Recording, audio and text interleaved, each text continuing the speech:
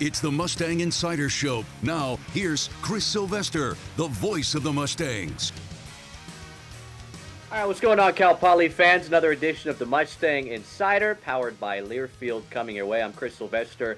We'll be talking some football. Gridiron stuff went really well for the Cal Poly Mustangs in their Big Sky opener Saturday at Northern Colorado. 28-7, the final score in that game. Cal Poly opening up the conference slate with a big victory. They never trailed in the contest. In fact, really tough to put those 7 points on the defense when you think about how Northern Colorado was able to take over with a very short field after a blocked punt.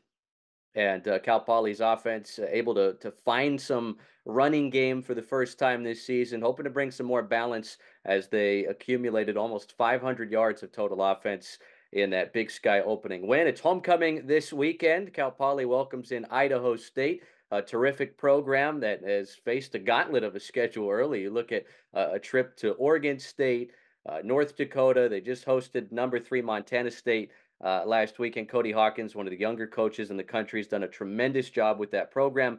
That being said, this is a Cal Poly team, 2 straight victories. They feel like, at least it feels like, they came out of that bye week with different type of energy, different type of swag, and it's certainly needed in a conference as tough as the Big Sky, and hopefully the Mustangs can keep it going. As always, Dignity Health, French Hospital Medical Center, making this possible. Award-winning care that you can count on just around the corner. Our friends at Dignity Health, French Hospital Medical Center. Got to give kudos elsewhere. Cal Poly Athletics volleyball was awesome, opening up its Big West slate. And then blue-green rivalry. I mean, what more do you want? Almost 10,000 packed into Mustang Memorial Field. Cal Poly 2-0 over Santa Barbara, a ranked Santa Barbara team. Hopefully they can go down south, do it again in a match that will count towards the conference standings. But until then, enjoy our guest this week, a guy that we had on a couple years ago. He's been through a lot to get back to this point. It's Jaden Jones, quarterback of Cal Poly football, really helped ignite the team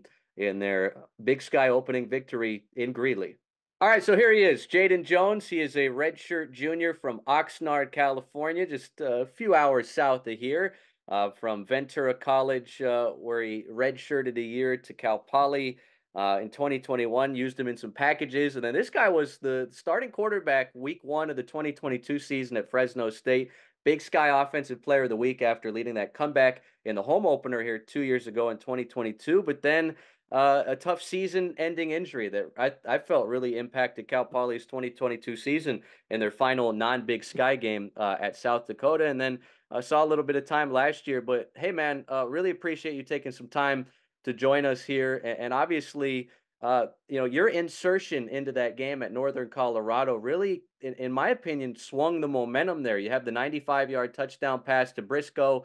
And then I'll tell you, man, and it's been a while since I've seen you play, but I'm back in California watching the game on ESPN Plus, and on your touchdown run, when you emptied the backfield, I'm like, oh, this is quarterback draw.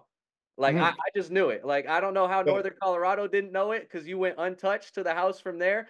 But take me through just, getting your name and number called Saturday. And had you ever thrown a 95-yard touchdown pass before in a game? Well, first, thanks for having me, Christopher. It means a lot.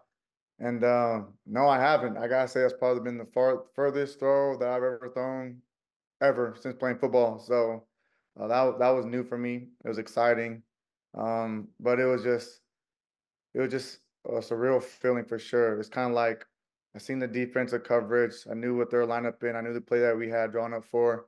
Obviously, this down specifically, and it was one of those things. Was like once, like it rolled off my finger. Like I was, oh yeah, this is a touchdown.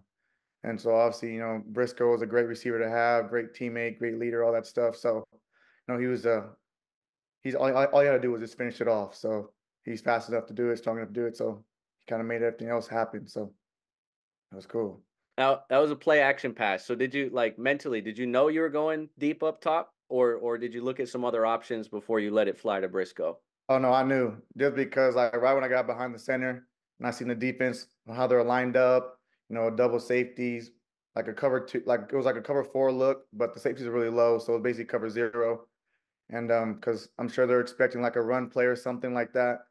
And but once it was play action, I knew it was touchdown. So So how did that feel for you? Because it had been more than 2 years since you threw a touchdown in a game. You know, you suffered that season-ending injury week 3 at South Dakota, and I don't know about you, but I really felt like after you led that comeback against San Diego, I felt like that South Dakota game was winnable, and Mhm. I felt like if you could have stayed on the field that year, I think the overall win-loss record would have looked a lot different. Well, Bo Baldwin wound up leaving after 2022. You know, I know Wolf was on the staff, got elevated to head coach, but just I mean, you had to have some emotions when Briscoe crossed the goal line and just realized Yeah. like, oh man, like allow me to reintroduce myself, so to speak.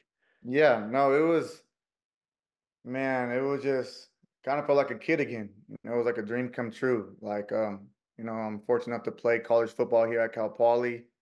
And I gone through a lot of ups and downs, So when I seen Enzo, when I seen Briscoe catch the ball and knocked off the last defender and crossed the line, I was pumped. Like anyone else would be. Like I was juiced. I was happy. Like because like it was like this is what I wanted. Like this is what I've been wanting to do. Like since I've been here. And so like honestly, like the injury was super like unfortunate. Tear my ACL in South Dakota. And then just so like it was a lot of stuff, like mental health as well. So it was just it for sure brought me down. You know, that was just something I was not expecting to ever happen to me. But I was just, I just caught the end of the turf bad, got tackled bad, and it was a terrible feeling because like it felt in the moment like I let my team down, and like it hurt. It hurt. Getting carried off the field in South Dakota, and have my teammates carry me on my back and just pat me on my back, telling me we love you. You got this. We're gonna fight for you. And it's like it's great, but it's like I want to be out there with you guys. Like it's a different feeling when you're out there playing with your brothers. Like it's just you and them against the world. And so I missed that for a couple years. And then so when I had my opportunity to go out there on the field this past weekend, and I just wanna have fun. Like our new coach Rosenbach, he says to me at practice, like, it's like recess. Everyone when elementary school, middle school, everyone had like their little recess or little football. Like it just go have fun and just let it loose because at the end of the day, like I'm the one that's playing, I'm the one that's being a leader on the field, helping my teammates win the game, and so I just let it loose. And I just had fun with it and just whatever I seen and whatever I know I was able to do, I did it to help the team. So it was great. So take me through. I know you mentioned how difficult it was physically and mentally. 2 years ago to go through that season-ending injury, but take me through the last 2 years and just how how much of a grind it's been to get back to making moments like Saturday possible. Yeah. Oh man. Took all day, every night, just working out when people are not expecting it. It was hard, because it's once you see like you're losing all the muscle, in your legs, like your legs get skinny. It's like, it's very discouraging for sure. Like I feel like your confidence just like loses like for a little bit. And it got tired. I was tired of seeing that because like for like a while now. Like I have to wear my brace for a long time. It got to a point where my brace couldn't even fit my leg anymore. So it was just very discouraging and but it made me want to work harder, because like I feel like my teammates know what type of player leader I am. I know what type of player I am for myself, but I just want to work to get back up there to be the best player I can be, mentally, physically, whatever it takes. But it was hard. Colleen, who helped me with my ACL injury, like, she's with me every step of the way. So she helped me through everything. So like as much as I hated going to like, like the PT stuff, but at the end of the day, it made me better. And she really coached me and encouraged me, to still be the beast I am. So I give really big props to her. But you know, mostly for my team. Like I want to be back out there with my brothers. With the guys that I can fully trust and love and respect. Through everything. And so it hurt every Saturday not being able to be out there and play with them. So it really encouraged me to get back there as fast as I can, but make sure that I'm doing everything right as possible with my knee. So I didn't want to rush anything, but I just did all I need to do so I'd be able to get back there and be the best I can be. And so It was just overall obstacles, challenges, going facing that, a lot of stuff mentally, like my sister as well. She got diagnosed with cancer coming back. So I was having a hard time. For a second I lost myself, and like so I feel like sometimes it's okay to lose yourself until you're able to, build the foundation back up and find yourself once again. Once I was able to do that, I felt like I was unstoppable. So, yeah, there's a lot of obstacles up and down. People go through it's much things I can imagine. But it really made me, be a better teammate, son, brother, and just a leader as well, just because like I never wanted to quit. I never wanted to quit, on myself, my teammates, my sister. So it really encouraged me to be the best person I can ever be. And so yeah, I never took no as an answer. So I always just continue to be who I am, and so that's where it led me today. Well, I appreciate you sharing that, man, and I think I speak for all the Mustang Nation. Your family, your sister, and our thoughts. Obviously, unimaginable to go through. Obviously, from your perspective and your family as well, and I'm sure that's something that keeps you going, right? On the Yeah. gridiron for sure. There seemed to be a different swag, different energy that you guys came out with out of the bye week, right? Like San Diego game was frustrating because you look at some potential no calls, turnovers leading to points. Obviously, the defense played well. You guys were right there with Stanford through the Mhm. first half, and then you know, a lot of times when you play a non D1 like Western Oregon, I think we saw it here with Lincoln last year too. It's like, man, you're just itching. You want to win. You want to blow them out. You want to show how much better you are, and then the game kind of doesn't exactly play out that way. Obviously, you guys finished strong against Western Oregon, but there was a feeling of uncertainty. I felt like, at least among the fan base, going into the bye week before the Big Sky. Like, all right, this team, kind of struggled a little bit to get by a D2. Lost to a San Diego program that we should be beating year in and year out, but. You guys dominated that game against Northern Colorado, and yeah, I mean Northern Colorado. They were winless last year. They're winless this year, but like they could have and probably should have beat a ranked Abilene Christian team a couple of weeks before you guys went there. They're a battle tested group. They've got a great defense. You guys were not only able to score it a little bit, but establish a running game. Mhm. And a lot of that comes with your dual threat abilities, right? When you're on defense and you gotta worry about the quarterback and the running back. I think it makes it a little more difficult. I thought the most impressive drive of the game was when you guys were up 2 touchdowns late and you were just handing the ball off, and Ramos was plowing through guys, and Zion Hall was breaking out on runs, and obviously Richie comes in and caps off the scoring drive to kind of put that game away. But what was the focus among this team? During those two weeks without a game in between Western Oregon and Northern Colorado, and what were some of the conversations that you had with the coaches to know that after not playing the first 3 games that you were maybe going to be in the mix here? Yeah. So I think, the most important part about it was, we believed each other. That's one thing that I feel like we struggled with a lot is because I feel like we know we're a good team, but we got to believe it ourselves. So you know what I'm saying? Because at the end of the day, we're the ones playing, we're on the field doing what we have to do, and like football is like an arcade. Turnovers are gonna happen. We're gonna lose games, we're gonna win games, but at the end of the day, we have to know like the end goal.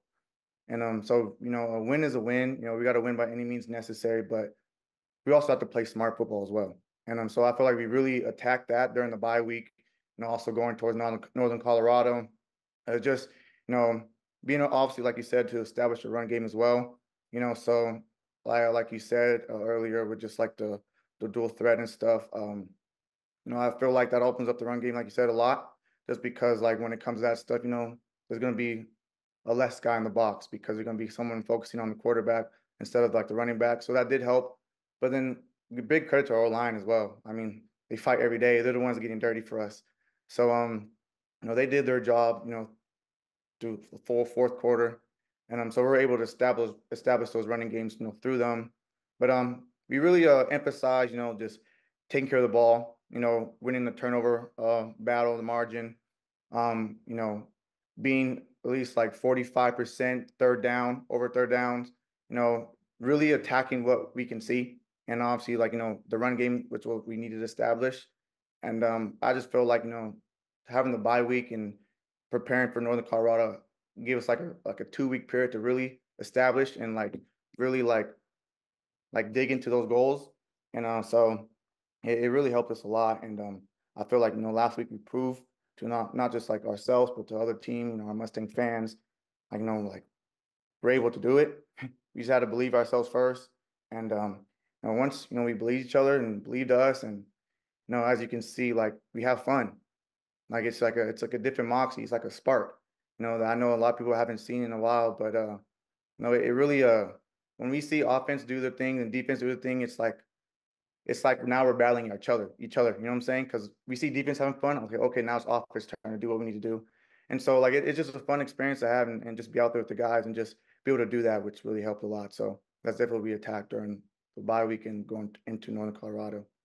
So obviously, you guys were able to soak in that victory Saturday, maybe a little bit Sunday, but now the focus shifts, and you know how good the Big Sky is. Like, there's no soft spots on the schedule. There's no weeks where you can be like, hey, we're gonna kick our feet up and find a way to win. I mean, Idaho State, battle tested. Oregon State on the road. North Dakota on the road. Just hosted Montana State last week. They beat a Southern Utah team that has an FBS win this year. They were the number one passing offense in the FCS last year. I know that's not your concern as an offensive player, but as you start to prep for the Bengals and you watch some film and you get to work at practice this week, what are some things that you've seen from their body of work through 5 games, and how do you guys continue to be effective? Because you guys had almost 500 yards of total offense, Yeah. more than 200 of that on the ground. And I know, Paul Wolf has said it since he became head coach. He wants balance, right? I mean, he doesn't want this team to be 90% pass, 10% run, like it kind of was the first few weeks of the season. So how do you guys kind of put that into play and make it consistent now to where you guys are able to pass and run effectively? Yeah. Give credit to Idaho State. Any team that we play, they're a good team. Everyone's gonna be a good team. And so Idaho State, they got some really good players. A great team, all that stuff. But I just feel like the end goal is for us to worry about, ourselves. And so I just feel like we have to be able to attack, and because everyone knows that everyone loves winning. Everyone loves to be able to finish the day, a college game day with a win. But it's a new week now. Our goal is to win, is be 1-0 each week. And so all we gotta do, I feel like, is from quarterback position to receivers, O line, DB, safeties, we just gotta do our job, and to be able to just, like, what says balance, all that stuff, be able to balance from the run game, pass game. I just feel like we have to do our job, and I think that's, at the end of the day, that's all that matters. Is it just, and be who we are, because I feel like sometimes we forget what type of players we actually are. But all we gotta do is just be ourselves, and continue to grow, and be the best versions of ourselves. And I feel like we'll be able to display that this Saturday for our homecoming game. Yeah, homecoming, big drone show after the game. It's gonna be hot this week, man. I mean, this is the hottest week of the year in SLO. Kind of interesting. Hope it can serve as some extra home field advantage for you guys. Before we let you go, I gotta ask, man, because I see you, 95-yard bomb for a touchdown, and then you run one in from like 54 yards out. Who do you kind of try to mold your game after among guys that we see play on Sundays? Yeah. I mean, it could be a lot. Even some guys from college now. I mean, I feel like Cam Ward's been a really big impact. Now if you talk about, college, NFL, Jaden Daniels, CJ Stroud, they got, a swagger to them, that's really like, it stands out. And so I just try to, be as calm as possible, in the game, and just have fun with it. And at the end of the day, just be able to give the ball to my receivers, make the right reads, and just use my legs when I have to. So I mean, I'm not really like, it's funny. I don't really like to run, but no, but when I do run, I'll make sure, like, it's a positive yard and gain, so, or maybe a touchdown. But it's fun. So I really, look up to those guys, and so that's basically why I really meant to. Well, we like watching you run, man. You've had some great runs in your Cal Poly career, and appreciate you taking the time. I mean, you're the type of guy that when I'm playing NCAA 25, I'd want to have mobility. Like if I don't see anything downfield, I want to, bust Yeah. it out to the edge and still get some yardage, not have to chuck it away. So keep doing your thing, man. Look forward to seeing you out there on Saturday, and good luck the rest of the way. Thank you, Chris. Appreciate it. This has been the Mustang Insider Show. The preceding has been a Learfield's presentation on the Cal Poly Sports Network.